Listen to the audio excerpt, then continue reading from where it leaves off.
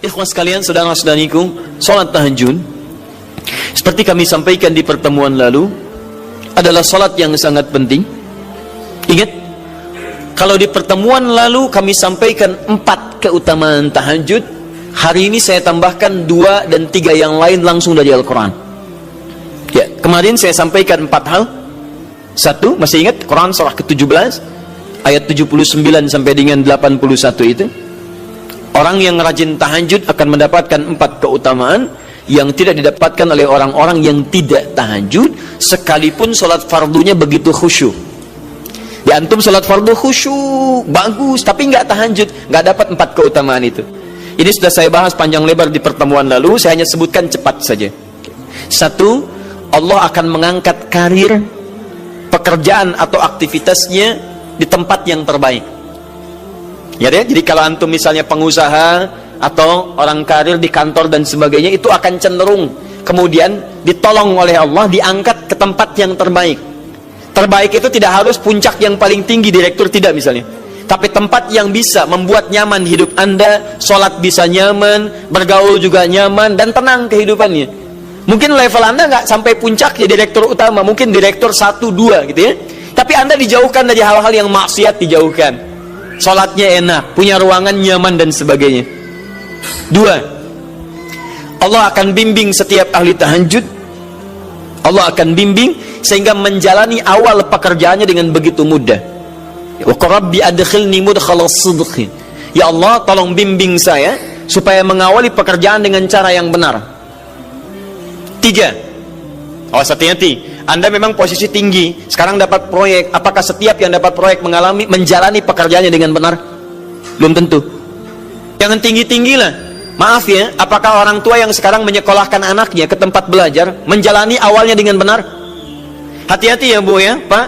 Bapak Ibu menyekolahkan anak dengan awal yang salah, maka memberikan jalan keburukan ketika dia belajar.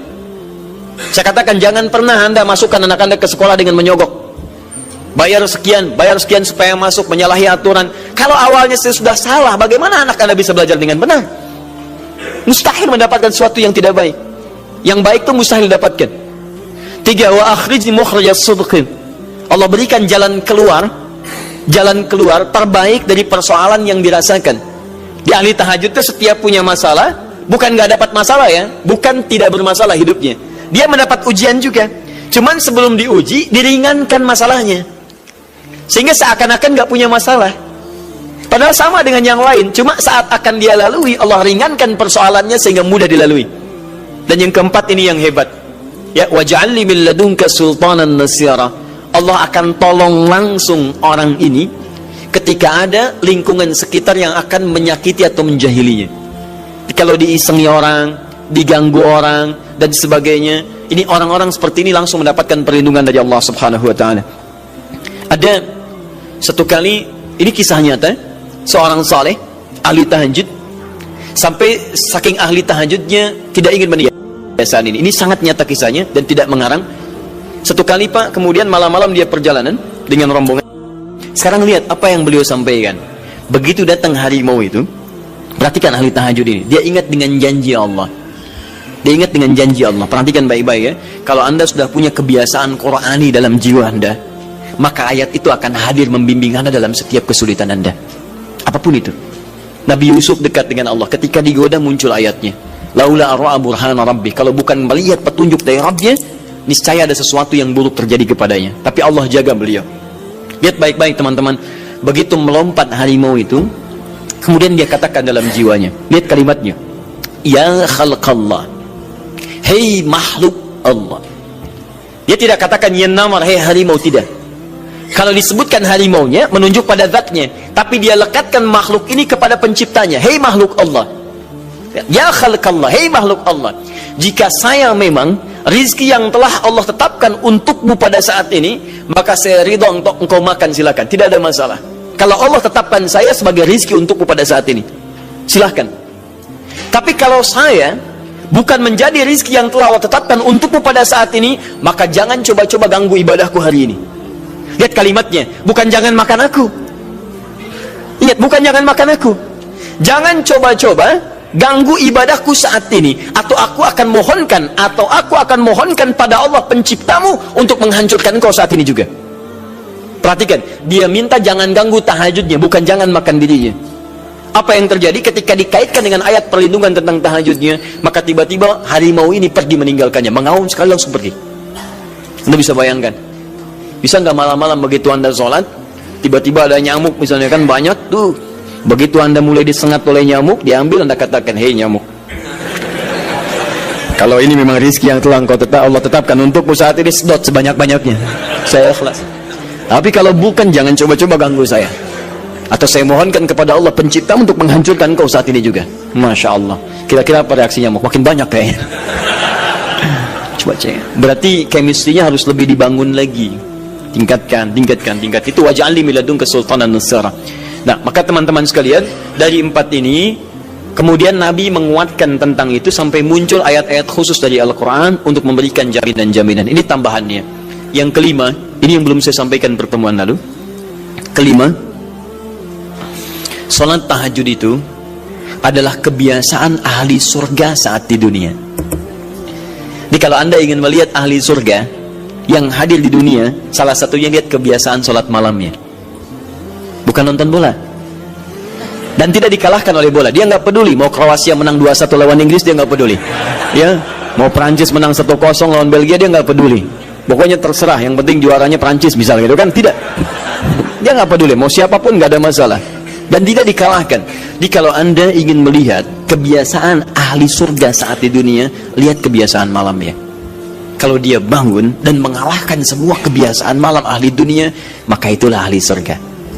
Salah satu kebiasaannya. Ya, kalau nanti turunan dari tahajud yang muncul, nanti saya terangkan. Yang berhasil tahajud, ciri-cirinya begini. Jadi jangan dilihat setiap yang malam sholat itu disebut ahli tahajud, belum tentu, ada ciri-cirinya. Tapi ciri yang pertama, yang melekat kuat, kelihatan nampak, pertama adalah ciri ahli surga, dia memiliki kecenderungan untuk sering bangun malam. Dalilnya Quran surah ke-51 ayat 15 sampai dengan ayat ke-17-nya. Innal muttaqina fi jannatin wa 'uyun, sungguh di antara orang takwa itu nanti akan ada yang mendapatkan hadiah taman surga. Apa keistimewaannya? Akhidhina ma atahum rabbuhum innahum kanu qabla dzalika muhsinin. Sungguh kebiasaan mereka itu saat di surga, keutamaan surga, taman surga ini, mereka akan langsung mendapatkan semua kenikmatannya dari Allah langsung. Kalau surga lain diberikan lewildanun mukhalladun, pelayan surga. Di kalau antum ikhwan oleh bidadari surga, yang akhwat oleh pangeran-pangeran surga. Ganteng cantiknya nggak usah dibayangkan, tak terlukiskan. Ada hurun in, ada seperti mutiara, ada seperti berlian, oh indah sekali. Dan kata Nabi, mala ainan ra'at wala udhunun sami'at wala khatara ala qalbi bashar. Ya, nggak pernah dilihat di bumi. Dia mengantarkan bi aqwabi wa abariqa wa ka'sin min ma'in, bawa gelas-gelas yang berleburan mutiara, emas dan sebagainya. Nggak seperti ini, nggak ada merek Akhir TV di sana nanti. Ya, semuanya indah. Tapi nggak terbayang. Tapi taman surga tidak. Allah langsung yang berikan tanpa perantara. Kun fayakun. Gak usah dibayangkan. Laisa kamitslihi syai'. Ada seketika. Tapi yang hebat, apa kebiasaan ini? Kata Al-Quran langsung, ini Allah yang mempersaksikan. Innahum kanu qabla dzalika muhsinin. Mereka itu ahli ihsan saat di dunia. Ayat 17-nya, kanu qalila minal laili ma yahja'un. Mereka itu malamnya sedikit tidurnya. Jadi punya kebiasaan bangun malam. Jadi kalau Anda, ini cara memahami ayat itu begini. Cara memahami ayat seperti ini, jangan mencari orang lain. Anda sendiri yang menjadi bagian dari ayat itu. Jadi itu diinformasikan pada kita sebagai tawaran. Kita mau nggak berniaga dengan ayat itu? Mau nggak menjadi bagian dari ahli surga itu? Jadi jangan sibuk mencari kebiasaan orang. Kenapa Anda tidak membiasakan diri jadi bagiannya? Ya. Jadi coba cek dari keluarga. Ada nggak sudah jadi bagian dari ahli surga di keluarga Anda? Sekarang pulang ke rumah, coba lihat dari sekian orang yang ada di rumah berapa yang bangun. Mula-mula cuma 2 orang menikah suami istri belum bangun. Allah kirimkan anak belum bangun. Sudah ada cucu belum bangun. 10 orang di rumah nggak ada yang bangun. Masa satu pun nggak ada yang jadi ahli surga? Hai, coba. Makanya karena saking tingginya ayat ini, Nabi sampai membangunkan istrinya, membangunkan menantunya, membangunkan anaknya Fatimah Az-Zahra, menantunya Ali bin Abi Thalib. Dibangunkan oleh beliau, ayo bangun, bangun, bangun. Saking inginnya keluarga Nabi terpancar cahaya surga sejak mulai di dunianya. Teman-teman pulang ke rumah ya, coba lihat tuh. Anak-anak yang di pesantren kalau pulang dan sebagainya, malam bangun nggak dia? Coba biasakan, bangun, dan Anda akan rasakan hal yang sangat berbeda. 2, tadi tambah 1 ya, berarti 5. Sekarang yang ke-6, orang-orang yang rajin bangun malam itu orang-orang yang mendapatkan pujian langsung dari Allah Subhanahu wa ta'ala. Jadi kalau Anda ingin melihat orang yang dipuji Allah, itu lihat orang yang sering bangun malam, tahajud.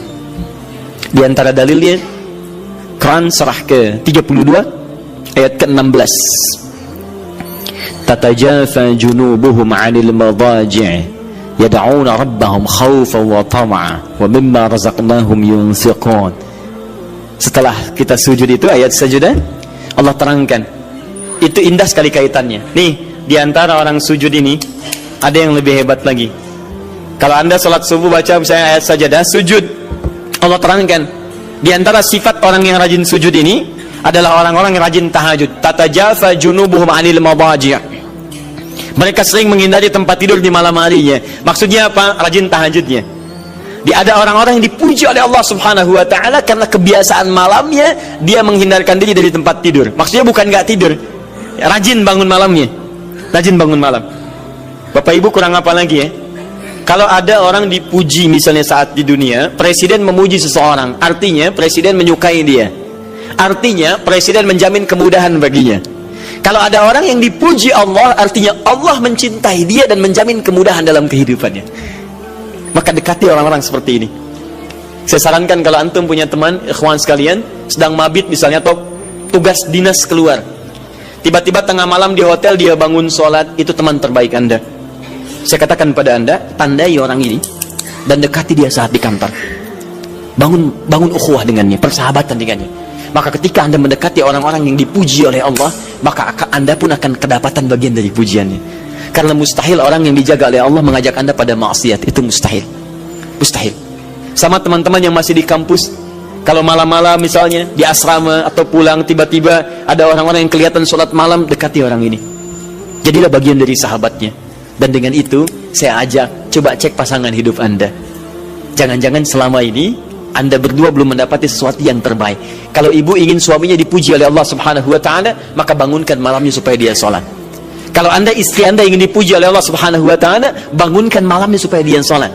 Dan kalau bisa keduanya kompak.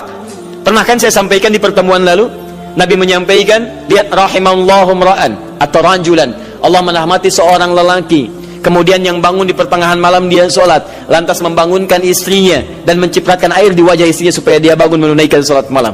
Seperti Allah merahmati seorang istri yang bangun di malam hari untuk sholat, kemudian dia mencipratkan air di wajah suaminya supaya bangun untuk sholat. Saking tingginya mendapatkan pujian Allah, sampai kata Nabi SAW, ayo bangunkan istrimu sekalipun kau cipratkan air di wajahnya. Tapi mohon izin Bu ya, maksud hadis itu kalau sudah ada komitmen dan rencana bangun di malam harinya. Nggak ada ya? Bukan ibu ngaji sekarang suami nggak hadir, terus dengar itu terus nggak punya rencana. Aduh saya pengen suami dipuji Allah, Masya Allah, malam-malam segayung Pak. Mama kenapa? Hadis Nabi Pak. Oh hadis Nabi. Aduh siapa yang ngajarin? Itu yang repot. Paham ya? Baik. Sudah yang terakhir, ini menunjuk pada keutamaan tahajud. Kemarin 4, saya tambahkan jadi 3. 1, masih ingat tadi yang pertama apa? Allah Subhanahu wa ta'ala menjamin ia sebagai ahli surga, kebiasaan yang ada di dunia. Yang kedua, Allah memuji orang ini. Dan yang ketiga, tahajud itu kebiasaan orang soleh yang ditekankan oleh Al-Quran dan hadis Nabi SAW. Kebiasaan orang-orang soleh. Jadi kalau yang pertama ahli surga, kedua dipuji Allah, yang ketiga langsung dikuatkan orang-orang soleh. Dan orang-orang soleh itu, mohon izin ya, maaf, orang soleh itu tempatnya saat di surga itu sesurga dengan semua nabi, semua nabi dan rasul. Ayatnya ada di Quran surah keempat An-Nisa ayat 69, paling kanan di pertengahan. Wa may yuti'illaha wa rasul fa ulaika ma'al ladzina an'ama Allahu 'alaihim minan nabiyyin was-siddiqin wasyuhada was-salihin wa hasuna ulaika rafiqa. Siapa yang memenaati Allah dan Rasulnya, maka dia bisa sesurga dengan orang-orang yang telah Allah berikan jaminan nikmat surga untuk mereka. Di antara mereka para nabi, Awas. Para syuhada, siddiqin, orang-orang jujur, wassalihin, orang-orang saleh. Ini syahidnya di ayat ini bahwa orang-orang saleh akan ke surga bersama semua nabi. Saya pernah katakan pada Anda, kalau beberapa nabi saja, maka bahasa Arabnya bukan nabiyin tapi anbiya. Anbiya. Karena itu ada surah ke-21, surah Al-Anbiya. Di situ dikisahkan beberapa nabi saja. Puncaknya di Quran surah 21 ayat 83 sampai 90. Di situ ada kisah Nabi Zakaria, kisah Nabi Yunus, kisah Nabi Ayub dan sebagainya. Anda bisa baca itu, ada turunan para nabi, tapi tidak semua nabi dikisahkan. Tapi kalau Anda ingin sesurga dengan semua nabi tanpa kecuali, maka Anda kerjakan sebagai orang soleh saat di dunia, ada peluang mendapatinya. Nah, ciri orang soleh yang ditekankan itu, dia adalah orang-orang yang rajin. Ayat kedua, wa minal laili fasjud lahu wasabbih. Tapi sebagian malam cari waktu untuk banyak bersujud kepada Allah dan memperbanyak tasbih kepadanya. Di antara makna tasbih dan sujud itu adalah tahajud. Dari mana taunya tasbih dan sujud bagian dari tahajud? Itulah nanti yang akan kita bahas tentang sifat salat tahajud Nabi dalam pertemuan yang sekarang. Baik, sekarang kita mulai materi intinya. Tadi muqaddimah, ya. Baik. Bismillah.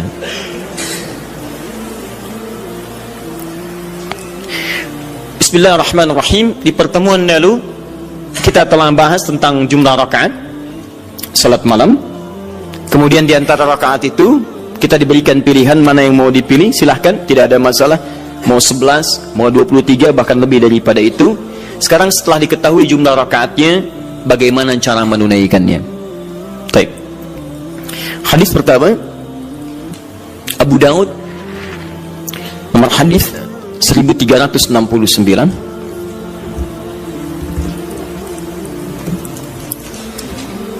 Kita ambil dua hadis dulu barangkali. Bismillah. Satu, hadis riwayat Abu Daud. Masih ingat ya, Abu Daud nama aslinya Sulaiman dari Sijistan, dikenal dengan Sulaiman As-Sijistani. Dia rawinya Ibnu Abbas radhiyallahu ta'ala anhuma. Baik. Yang kedua, bisa diambil di Al-Bukhari.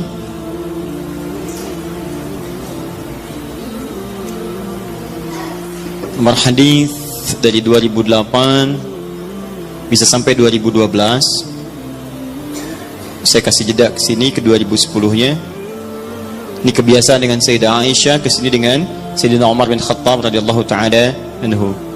Tiga, bisa diambil hadis riwayat Muslim, nomor hadis 763. Kita ambil tiga dulu karena waktu kita agak terbatas hari ini.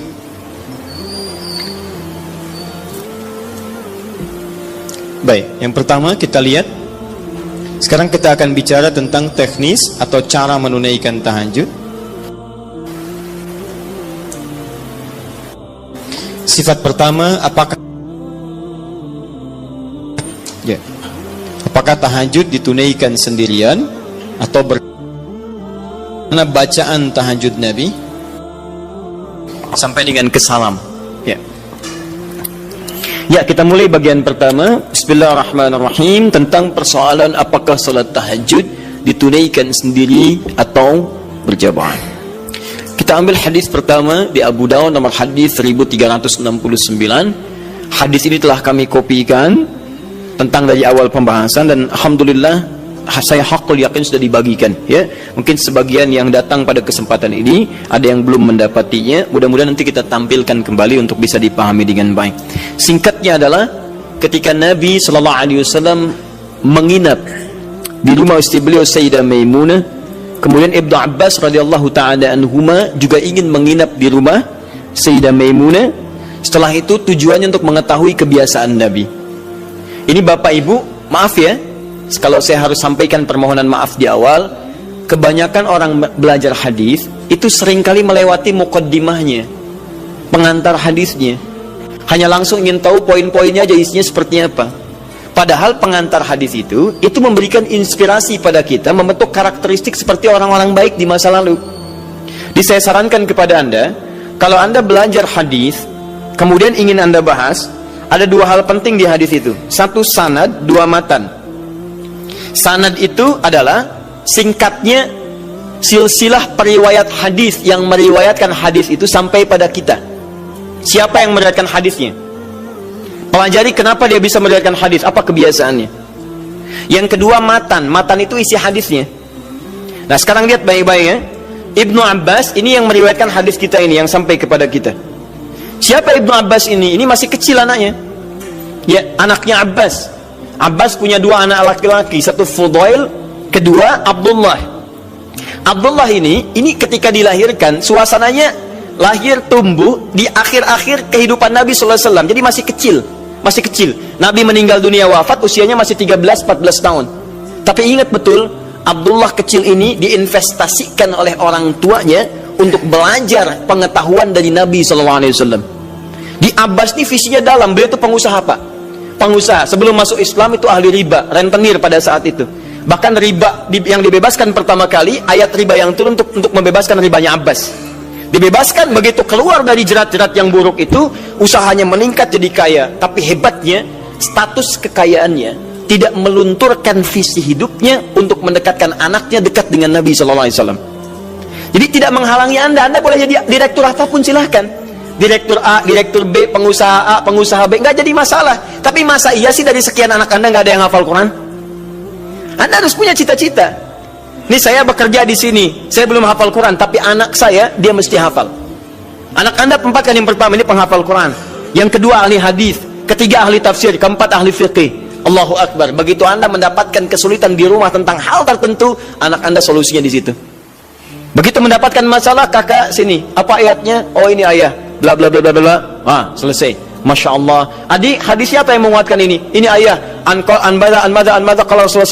Selesai. Apa hukum fikihnya? Ini ayah. Masya Allah. Apa turunan tafsirnya? Ini abi. Masya Allah. Sudah. Ustadz nggak laku. Nggak lengkap di rumah. Ya.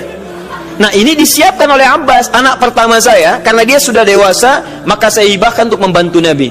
Makanya banyak kisah tentang sirah Nabawiyah wafatnya Nabi, itu hanya berhenti wafat di pangkuan Sayyidah Aisyah. Berwudu, sholat, di pangkuan Sayyidah Aisyah wafat. Tapi siapakah yang membawakan air wudunya? Fudail, kakaknya Abdullah. Beliau yang bawakan air wudunya. Berwudu Nabi kemudian dengan bejana itu. Dan itu sampai berkhidmat pada Rasulullah sampai di akhir hidupnya. Tapi yang kecil ini langsung dihadirkan nuansa cinta kepada Nabi untuk mempelajari bagian kesolehan dan pengetahuannya. Ini tandanya seperti ini. Maksudnya adalah, kata para ulama hadis, jika Anda memiliki anak-anak yang serupa, laki-laki atau yang sebagainya, kemudian menemukan orang-orang soleh sekitaran Anda, maka dekatkan anak itu kepada dirinya atau majlisnya. Hadirkan. Kami dulu waktu belajar terbiasa, di mana ada syekh, kita lazimi syekh itu. Sekalipun kami jadi pembantunya. Itu biasa. Bawakan tasnya. Begitu bawakan tas, di jalan kita tanya masalah hukum dan sebagainya. Kadang kami gorengkan makanan untuknya. Begitu digorengkan, selesai dihidangkan, itulah yang hadir dari lisan beliau. Kalau Rasulullah SAW, Rasulullah SAW bersabda, jika kamu menghidangkan makanan begini, wah datang kepada kita tuh. Diindah, jadi niat kita itu untuk belajar. Sama, ya dulu Ja'far As-Shadiq punya pembantu. Pembantunya sampai hafal Quran. Untuk memahami akhlaknya. Sampai tahu kebiasaannya. Tahu Anda kisahnya? Satu ketika kemudian datang seorang tamu, tiba-tiba dia bawakan air, begitu bawakan air terpleset, jatuhlah kemudian air itu, gelasnya kemudian airnya tumpah mengenai jubah tuannya. Begitu terkena jubahnya, wajahnya berubah. Dia tahu, kata pembantunya, Masya Allah, ini ahli surga nih. Ahli surga itu turun ayatnya. Quran surah Ali Imran surah ketiga, ayat 133 sampai 134. Kata pembantunya, wal kadhiminal ghaidha. Ahli surga sanggup menahan marah. Kata Ja'far, saya nggak marah. Pembantunya tahu, sekarang nggak marah, tapi mungkin belum tentu memaafkan. Teruskan ayatnya, wal afina 'anin nas. Dan Allah menyukai orang-orang memberikan maaf pada orang lain. Kata Ja'far, saya maafkan. Yang hebat yang ketiga, beliau tahu Ja'far punya kebiasaan untuk sedekah. 2000 dinar selalu ada dalam kantungnya. Kata pembantunya, Allahu yuhibbul muhsinin. Dan Allah senang pada orang-orang yang berbuat baik. Kata Ja'far, dikeluarkan 2000 dinar, saya berikan, sekarang kamu bebas, gak usah jadi pembantu saya lagi. Masya Allah. Luar biasa. Dan itu kisah-kisah itu banyak teman-teman. Anda bisa gali kisah-kisah yang bisa menguatkan iman kita. Jangan cuma cari bacaan-bacaan gak jelas tuh, ngapain? Main tik-tok, gak ada kerjaan. Itu apa gitu? Saya aja bingung, ada orang sampai ngerjain ini, saya nggak tahu itu apa gitu ya. Cuma lihat di berita kok, kenapa gitu? Dan nggak ada faedahnya, kenapa sih? Kenapa nggak cari tentang kisah-kisah soleh orang dulu, terus praktekkan di rumah, bisa menguatkan iman kita. Nah, salah satunya Ibnu Abbas. Jadi Anda, maaf ya, kisah ini kita tarik sebagai inspirasi. Kalau Anda sudah berkeluarga, coba di antara sekian anak itu mesti disiapkan, ini mau jadi apa, ini jadi apa, dan ada kebanggaan di akhirat nanti. Misalnya ini nanti yang pakaikan mahkota kami di akhirat saat kami pulang menghadap Allah. Siapkan, semua harus hafal Quran, semua hafal Quran. Nanti spesifikasinya, ini ahlinya qiraat, ini hadisnya dan sebagainya. Ibnu Abbas disiapkan oleh orang tuanya, maka dia melazimi Nabi SAW karena bagian dari keluarganya.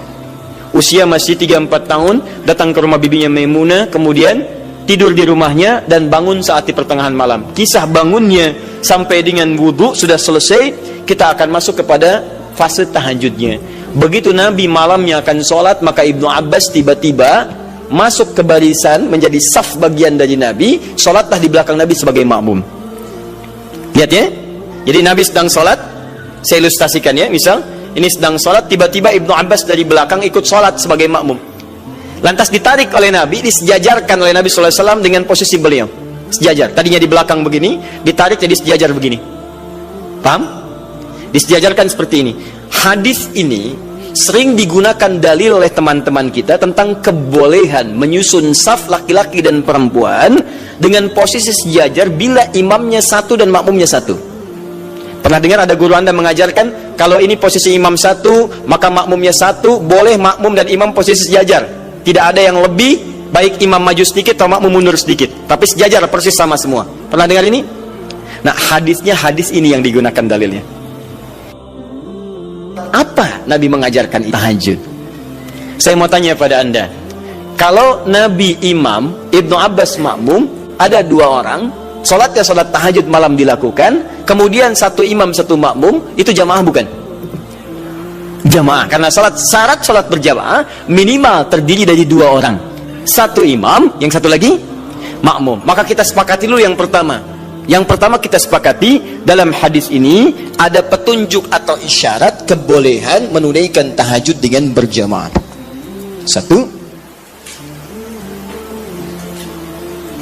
bolehnya tahajud berjamaah. Awas, di sini ulama sepakat ya, awas hati-hati. Tidak ada yang tidak sepakat. Jadi kalau Anda yang tidak sepakat, Anda sendiri yang salah. Ya? Nabi mengerjakan, sahabat mengiyakan, ulama sepakat. Anda Nabi bukan, sahabat bukan, ulama juga belum. Anda tidak sepakat, Anda siapa? Ya, baik. Cuma nanti perbedaannya, kapan kebolehan ini bisa berlaku. Hanya bedanya di situ saja nanti. Kalau jamaahnya sepakat boleh, tapi kapan dibolehkannya? Dalam suasana apa? Apakah dalam setiap waktu boleh berjamaah, atau dalam keadaan tertentu berjamaah? Paham ya? Tapi saya ingin katakan bahwa ada kasus Nabi pernah sholat malam, kemudian ada makmum di belakang, dan dibenarkan oleh Nabi. Kalaulah tahajud berjamaah itu dilarang, Nabi akan katakan, ngapain ikut sini, sebelah sana aja. Ya, misal, atau ini jangan berjamaah, ini tidak benar, yang bagus sendiri-sendiri aja. Ya, atau ngapain ikut bid'ah? Ya, tidak ya, baik, tidak. Tapi Nabi akan katakan, kamu sebelah sana, saya sini. Tapi ketika Nabi tidak melarangnya, bahkan menarik dan menyejajarkan, ini menunjukkan ada kebolehan dalam sholat berjamaah yang dimaksudkan. Jelas di sini? Paham ya? Awas hati-hati, saya ingin luruskan dulu karena sebagian sahabat kita, teman-teman kita menjadikan ini sebagai dalil bolehnya satu saf sejajar, tapi tidak pernah mengungkit sholat apa itu. Jadi Anda kan unik, Anda mengatakan boleh sejajar saf, makmum dengan imam. Kalau imam satu, makmum satu. Tapi Anda mengatakan tahajud gak boleh berjamaah, bid'ah. Padahal yang Anda gunakan dalilnya tentang dalil tahajud. Paham ya? Nah, jadi gini, kalau Anda cenderung pada satu pendapat tidak apa-apa, tapi kita harus jujur menyampaikan informasi. Ya, jadi kalau beda dengan yang lain tidak ada masalah sepanjang ada dalil. Ya, dan tidak usah mencela orang lain. Kita punya pilihan, boleh, tapi jangan sampai pilihan kita kemudian menjelekkan orang lain. Itu yang tidak bagus. Jelas? Baik. Jadi celaan tinggalkan, ibadah kerjakan. Itu yang dimaksud, ambil baiknya, tinggalkan buruknya. Dan tidak usah rame gitu kan? Nah, sini. Satu. Dalil kedua. Bismillah. Sayyidah Aisyah radhiyallahu taala anha diriwayatkan di Al-Bukhari dan nomor hadis 2008 sampai ke 2010-nya. 2012 untuk sahabat Umar bin Khattab radhiyallahu taala anhu. Ja'a ashabu Rasulullah sallallahu alaihi wasallam. Datang beberapa orang sahabat Nabi sallallahu alaihi wasallam. Fahum Abdullah bin Mas'ud radhiyallahu taala anhu, Hudzaifah al-Yamani radhiyallahu taala anhu, wa Ubay bin Ka'ab radhiyallahu taala anhu. Baik, datang beberapa sahabat Nabi sallallahu alaihi wasallam, di antara mereka adalah sahabat Abdullah bin Mas'ud, kemudian Hudzaifah al-Yamani, kemudian Ubay bin Ka'ab radhiyallahu taala anhum jami'an. Fasa'alu Sayyidata Aisyah radhiyallahu taala anha. Mereka bertanya kepada Sayyidah Aisyah, semoga Allah meridai kepada beliau, an sifati salatin Nabi sallallahu alaihi wasallam, tentang sifat salat malamnya Nabi sallallahu alaihi wasallam. Faqalat, maka beliau menyampaikan, riwayatnya cukup panjang ya. Makana yazidu fi Ramadan wala fi ghairihi ada 11 rakaat. Ya, sepanjang tinggal di rumah saya, sepanjang bersama saya, perhatikan cara menerjemahkannya. Sepanjang bersama saya perhatikan baik di Ramadan atau di luar Ramadan, beliau tidak pernah lebih dari 11 rakaat. Ya, jadi 11 rakaat di Ramadan, di luar Ramadan 11 rakaat. Tapi tolong catat baik-baik ya, cara menerjemahkannya sepanjang bersama saya. Sedangkan Nabi, istrinya tidak hanya Sayyidah Aisyah. Tadi saya katakan ada Sayyidah Maimunah, ada Sayyidah Zainab dan sebagainya. Dan di tempat lain Nabi pernah 13 rakaat. Seperti saya sampaikan di tempatnya Sayyidah Maimunah, Nabi 13 rakaat. Ada bahkan yang kurang dari itu, ada yang lebih daripada itu. Tapi di rumah Sayyidah Aisyah 11 rakaat. Dan ini telah tuntas di pertemuan lalu. Perhatikan, yusalli arba'an, kemudian beliau salat 4 rakaat. Thumma yusalli arba'an, kemudian 4 rakaat. Thumma yusalli thalathan, beliau salat 4 rakaat, 4 rakaat dan 3 rakaat. 4, 4, 3. 4 tambah 4, 8 tambah 3, 11. Ini seperti kesimpulan di pertemuan lalu, boleh kita menunaikan salat malam dengan 11 rakaat, formulasinya 4, 4, 3. Kalau Anda ingin 2, 2, 2, 2 ujungnya 1, boleh. Hadisnya sudah saya sampaikan. Bahkan masih tertulis di Abu Dawud nomor hadis 1369. Jadi kalau 11 boleh gunakan 2, 2, 2 ujungnya 1, atau kalau witirnya 3 kemudian 8 tambah 3, atau 4, 4, 3. Selesai. Tapi pembahasan kita bukan di situ. Teruskan hadisnya. La tas'al an husnihinna wa tolihinna. Tapi jangan ditanyakan bagaimana panjang dan bagus bacaannya. Jangan ditanya. Maka setelah peristiwa itu, beberapa malam kemudian mereka mengikuti Nabi SAW, sholat di belakang Nabi SAW dalam kesempatan sholat malamnya. Dimulai dari Hudzaifah, dimulai dari kemudian Abdullah bin Mas'ud dan yang lainnya. Yang paling menarik, bahkan tersebut nanti di Al-Bukhari, bahkan di hadis Muslim, teman-teman sekalian, indah. Kata Hudzaifah, termasuk Abdullah bin Mas'ud, tidak ada sholat seindah sholat di belakang Nabi SAW. Tidak ada sholat seindah sholat di belakang Nabi SAW. Ini yang mereka kisahkan sholat malam. Kata Abdullah bin Mas'ud, Rasulullah SAW kemudian membaca 100 ayat Al-Baqarah pertama. Saya duga akan selesai, ternyata beliau lanjutkan. Yang paling menarik, lihat, ketika beliau membaca ayat tasbih, maka beliau berhenti bertasbih terlebih dahulu. Ketika membaca ayat doa, maka beliau berhenti berdoa terlebih dahulu. Ketika kemudian sampai pada ayat-ayat perlindungan itu tentang berlindung dari neraka, dari azab dan sebagainya, maka beliau berhenti untuk berlindung kepada Allah dari semua keburukan itu dulu. Anda bisa bayangkan, nanti ketika masuk ke bacaan saya terangkan tentang makna ini. Tapi poinnya adalah, saya mau tanya pertama kali, 3 orang sahabat ini sholat di belakang Nabi dalam kesempatan sholat fardu atau sholat sunnah? Sunnah. Sholat sunnahnya siang atau malam? Malam. Malamnya tahajud atau bukan? Artinya boleh kemudian dalil ini bahkan tersebut di kitab yang sangat sahih, hadisnya sahih, menunjukkan kebolehan menunaikan sholat tahajud secara berjamaah. Paham? Baik.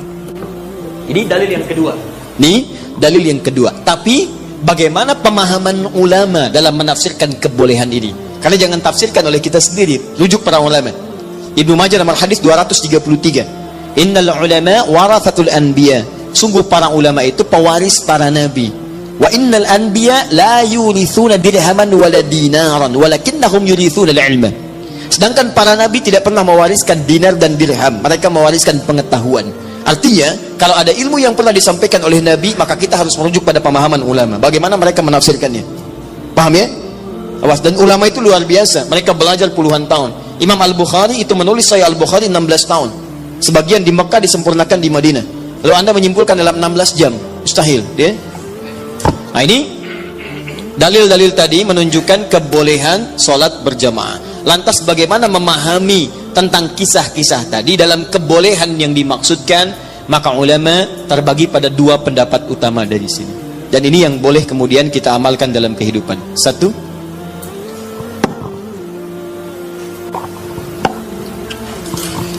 Pendapat pertama menyampaikan hadis yang menunjukkan dibenarkannya salat tahajud berjamaah dan memberikan hukum bolehnya berjamaah menunaikan tahajud, kata ulama yang pertama, menunjuk pada kondisi yang khusus. Jadi bukan kondisi biasa.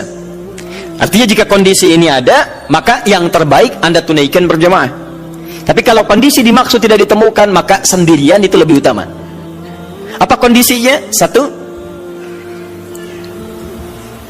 memberikan tuntunan atau pelajaran bagi orang yang belum terbiasa menunaikan tahajud. Belum biasa dia, ya, belum ada kebiasaan pada dirinya. Ini menunjuk pada hadisnya Ibnu Abbas radhiyallahu taala anhuma. Kan ini baru pertama kali berkunjung kan ke rumah bibinya Sayyidah Maimunah, kemudian tiba-tiba sholat di belakang Nabi, oleh Nabi ditarik, diajarkan bagaimana caranya menunaikan sholat malam, kekhusyuannya dan sebagainya. Jadi kalau Anda misalnya dalam kondisi ingin membimbing orang-orang tertentu, misal di rumah suami ingin membimbing dengan istri atau membiasakan dengan anak-anak yang belum terbiasa sholat malam, ya, tiba-tiba anak Anda beranjak misalnya jadi semakin dewasa, sudah baligh, Anda ingin bangunkan malam hari, jangan biarkan dia sendiri. Khawatirnya karena belum terbiasa, belum mengerti cara menunaikan sholat malamnya. Paham ya? Tiba-tiba Allahu Akbar, rakaatnya kencang, alhamdulillah sedang tahajud, lama gak keluar bunyinya, lama-lama ketahuan tidur di sejadah itu kan. Nah, karena belum terbiasa, ya. Allahu Akbar, baca surat, sudah baca surat, ruku Allahu Akbar, begitu sami Allahu liman hamidah, kedengaran dari samping, gol, ya, berubah suasana hidupnya. Salatnya ditinggalkan, kemudian langsung update status, itu kan repot juga. Ya, kekinian karena belum terbiasa menunaikan dia. Maka seperti Nabi membimbing Ibnu Abbas radhiyallahu taala anhuma, Anda boleh hidupkan saat di rumah, anak Anda bangunkan, yuk bangun yuk, malam kita tahajud. Kenapa mesti tahajud? Kan kita udah banyak sholat. Misalnya, sayang, Allah menjamin kalau kita tahajud, kita sekeluarga masuk surga. Allah sudah menjamin surga kita di dunia, tapi Allah belum menjamin surga kita di akhirat. Papa takut kalau di dunia kita bersama, di akhirat kita berpisah. Alhamdulillah, tidak ada yang bisa menyatukan kita kecuali amal soleh kita. Yuk bangun, tolong papa mama supaya memudahkan hisab saat di akhirat. Bangun. Kenapa papa mesti bangun? Kan capek. Sayang, justru ketika kamu sholat sekarang, hidup kita besok akan dimudahkan oleh Allah. Allah sudah berjanji, kalau kita bangun malam ini, maka pekerjaan kamu besok akan mudah, sekolah kamu akan mudah, pelajaran kamu akan mudah, dan seterusnya. Maka teman-teman cari aura-aura positif untuk menghidupkan itu. Bangun malam itu indah. Itu indah. Guru di sekolah punya program misalnya, ya, ada mabit, ada macam-macam, malamnya dibangunkan, boleh, silakan cari imam bagus, kemudian hadirkan suasana malam, sholat itu boleh, sah, nggak ada masalah. Taib. Dua, bukan dua yang bawahnya ya, dua yang masih poin satu. Jadi 1A tadi, jika ada suasana ingin membimbing kalangan tertentu atau orang-orang tertentu yang belum terbiasa menunaikan sholat malam. Dua, sudah, dalam rangka melatih atau menghadirkan kekhusyuan, dalam rangka melatih atau menghadirkan kekhusyuan,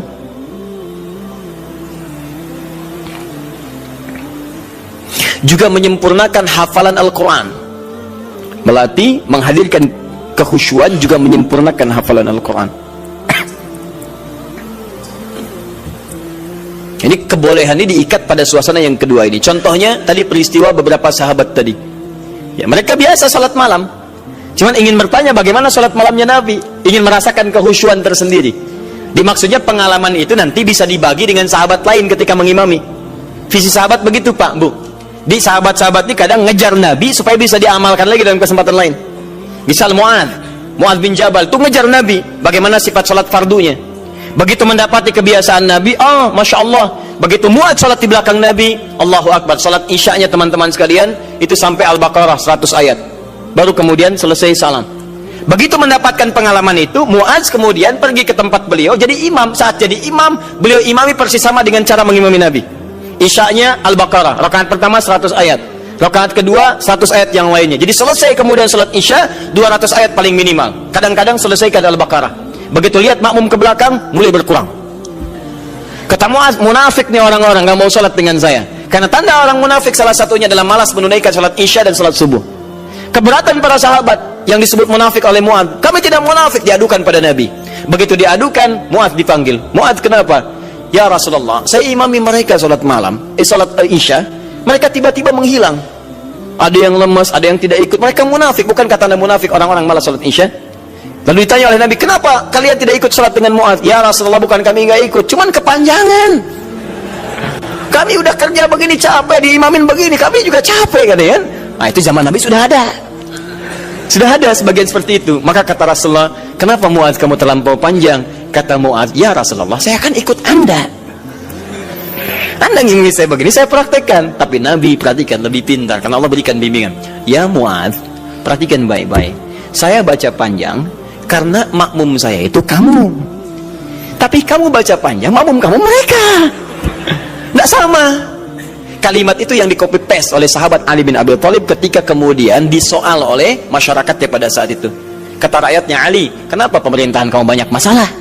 Pemerintahan pada masa Utsman tidak begini. Umar lebih bagus daripada ini. Abu Bakar lebih bagus lagi. Pemerintahan kamu banyak masalah. Kata Ali, waktu Abu Bakar, Umar, Utsman, rakyatnya saya. Tapi waktu saya, rakyatnya kalian. Itu masalahnya. Paham ya? Baik. Nah, yang tiga sahabat tadi, Abdullah bin Mas'ud radhiyallahu ta'ala anhu, kemudian Ubay bin Ka'ab dan Hudzaifah al-Yamani, itu mencoba merasakan kehusyuan salat di belakang Nabi supaya aura khusyuk itu bisa dipraktekkan sekalipun sedang salat sendirian. Berapa lama sih salat Nabi itu? Berapa panjang? Penasaran kok disebutkan panjang aja? Jangan tanya panjangnya, saya pengen ikut. Berapa lama sih? Seperti apa bacaannya? Itulah yang kemudian mereka dapatkan dan diabadikan oleh Imam An-Nawawi. Antum beli kitab At-Tibyan. Saya ada beberapa yang bahasa Arab, seingat saya yang di terbitan Darul Kutub Al-Islamiyah warna merah marun, itu halaman 37, paling kanan sebelah atas, paragraf pertama baris 1 sampai 3. Itu teman-teman sekalian, kata Imam An-Nawawi, sepeninggal Nabi, semua sahabat Nabi yang profesi apapun, maaf ya, yang pedagang, yang pengusaha, yang birokrat, yang diplomat, itu tidak pernah meninggalkan kebiasaan sholat malam dan kebiasaan mereka sampai khatam Al-Quran. Sholat malam ya. Uthman bin Affan, Tamim Ad-Dari, Abdurrahman bin Auf dan sebagainya. Mereka orang-orang kaya, orang sukses, kaya. Abdurrahman bin Auf kapaknya terbuat dari emas, hartanya banyak, tapi tidak menghentikan kerinduannya untuk menunaikan tahajud. Antum sekaya apa dibandingkan beliau?